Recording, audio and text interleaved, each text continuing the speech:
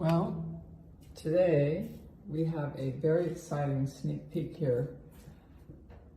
We just finally finished putting in this beautiful countertop, which is made out of quartzite, and I'm able to really come in and do a sneak peek of the kitchen, which is, I think, pretty spectacular here, and how we have transformed before we get to final, which I love being able to do because it's nice to see what happens when we have to change all these things.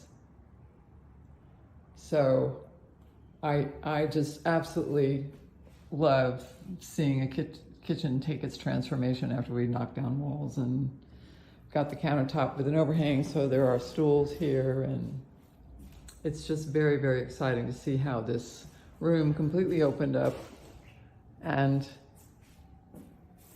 this stunning countertop is just spectacular. Wait till we see the final mosaic wall go up and the shelves.